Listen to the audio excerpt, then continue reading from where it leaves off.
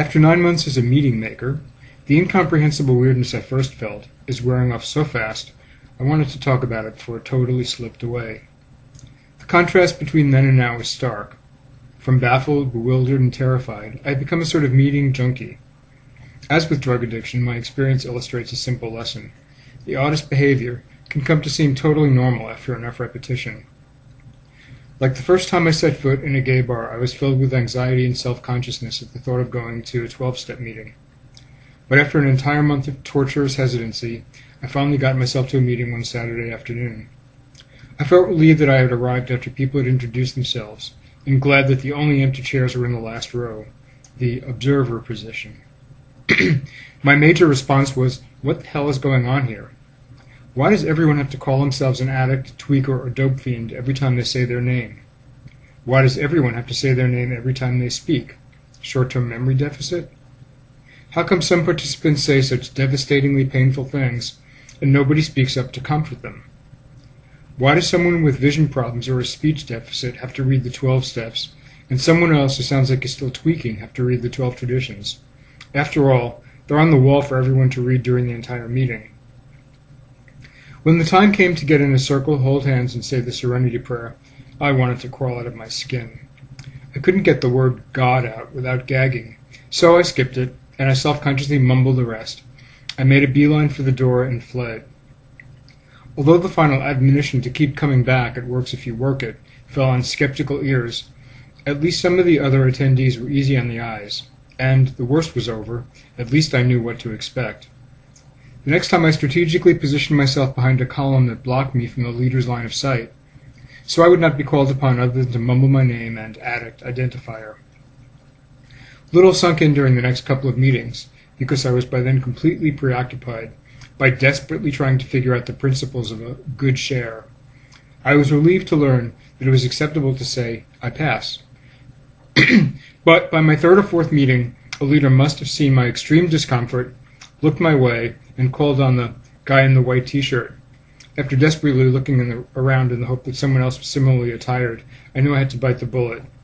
I thought that he was hot, so I didn't want to be a wimp and pass. I mumbled something as unmemorable to me as to the other people in the meeting. After less than a handful of meetings, I was starting to wonder why every meeting began with such long and drawn-out readings, sometimes by such inept readers. By then, some of what people were saying got through the anxious mental chatter inside my own skull, and I was starting to feel uneasy about all the God talk, since I was still on the verge of gagging every time I had to say the G word, at least twice a meeting. It wasn't long before I found myself in a meeting where the Lord's Prayer was substituted for the Serenity Prayer, and that made me think, this isn't just a cult, it's a Christian cult. But by then, the enthusiastically chanted phrase, honesty, open-mindedness, and willingness, had begun to sink in. I'd like to fancy myself having those attributes, despite ample evidence to the contrary, so I stuck around. And as the volume of internal chatter subsided slightly, I also noticed something. Almost everyone else in the meeting seemed to be having a great time. I heard people talking about changes that sounded nothing short of astonishing, and found myself thinking, what sort of Kool-Aid are these people drinking? They must be on Prozac in very high doses. Despite differences in the specifics, almost everyone seemed to be reading off the same script. Life on crystal meth or other drugs was wretched or worse. One way or another they made their way into the program, and even in tough times, life is better than ever now. Brainwashing? Groupthink? Cult? No matter how much I turned up the sensitivity of my BS detector, I thought not. I continued to go to a few meetings a week for a little over a month, when an acquaintance in another fellowship suggested I read the Narcotics Anonymous basic text. Days later, wandering into a used bookstore, a copy all but fell off the shelf into my hands. So I began reading both NA and AA literature and other material that convinced me I wanted to get a sponsor and start working the steps. But that's another parallel story. The essence of that story is that I came to understand the spiritual malady that both predated and perhaps preordained active drug addiction, and to recognize that a spiritual malady requires a spiritual remedy. Talking with prospective sponsors, one challenged me to go to 90 meetings in 90 days. I balked, I whined, I felt overwhelmed, and, fortunately, got a grip on myself, and recognized the truth of what he said, that it was a minor effort in comparison to the rigmarole necessary to assure an uninterrupted drug supply. He also told me, my naivete and little-mindedness seems ridiculous in retrospect, that, yes, it was okay for me to go to a Cocaine Anonymous meetings even though I hadn't been a cocaine or crack user, and that even though methamphetamine is not strictly speaking a narcotic, I would not be ejected from Narcotics Anonymous meetings. I learned that every morning at 7 a.m. there's a meeting at a mere 10 blocks from home. Although by then I had established a sobriety date, I marked that first meeting in my mental calendar as my recovery date because, more than at any other meeting to date, I actually felt, as much as I heard, recovery. And I began to believe not just in the program, but in the power of faith in God, of some sort.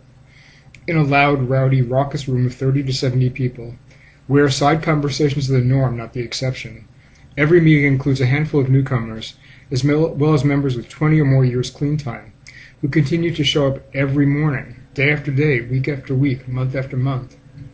Many of them share at least a few times a week, and every time they do, it's just as passionate. And every share reveals a different facet of how to live a life in recovery, long term. More than once a week, I'm moved to tears by something I hear there. Over the months, I've seen people change before my very eyes, from angry to temperate, from disheveled to well-groomed, from pain to happy. Other than when I've been out of town or had a conflict with school, I haven't missed a meeting in 6 months. My days would feel somehow misshapen if they didn't begin there. From that experience, I learned a lesson that has proven correct again and again, but one that I seem to have to relearn again and again. The advice I least want to take is the advice I most need. Gradually, my self-absorption dissipated enough so that I didn't spend entire meetings figuring out a perfectly organized speech before I shared. I learned that the less premeditated, the more real and spontaneous, the better. And with that slight diminution in trying to sound good, I was able to listen better and watch more closely what was happening around me. I saw how the people with more clean time attached themselves to newcomers. I saw how meeting secretaries and leaders asked newcomers or other people who seemed more withdrawn and tentative to read, so that even if they didn't feel comfortable sharing, they had a place and a voice in meetings.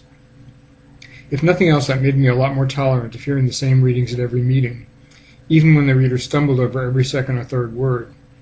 In those subtle ways, I realized, the fellowships reach out and take care of their own. As I became accustomed to prefacing every interjection with Michael Addict or Michael Tweaker, I felt a much more grateful than puzzled or irritated feeling. My memory for names is so atrocious that the only way I was going to learn them was by hearing them repeated over and over and over again.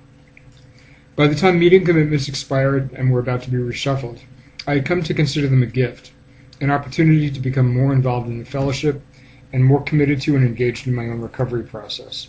I felt grateful that as a newcomer, I was invited to accept commitments at 4 meetings a week, beginning every day with a meeting, plus commitments at 4 afternoon and evening meetings, plus a couple of other meetings I liked going to regularly, meant that by day 90, my attendance tally was probably twice that number.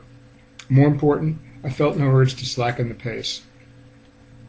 In my drug-using days, travel meant assembling a list of bars, bathhouses, cruisy parks and beaches, and smoke shops likely to sell drug paraphernalia. Nowadays, I download 12-step meeting schedules. I arrange meal times and visit with friends or relatives around meeting times. I hear people in the fellowship talk about people in meetings getting on their nerves so much they stop going to particular meetings. I try to use those responses for self-diagnosis, for I believe that whatever is bothering me is probably some reflection of myself that I'd rather not look at. Sometimes I find myself feeling less than enthusiastic about going. Then I think about the old-timers at my morning meeting who suit up and show up every day, day after day, some of whom struggle painfully up and down a flight of stairs to that basement, and laziness becomes repugnant. I remind myself that if it weren't for the other fellowship members who keep coming back, so someone's there for the newcomers, the rooms would have been empty when I first sought them out. Most of the time, no matter how I felt about going to a meeting beforehand, I'm happy when I'm there. More so all the time, as I see more and more familiar faces of people I'm beginning to think of as friends. And when I leave feeling ill at ease, I know enough to recognize that it spotlights something I need to look at.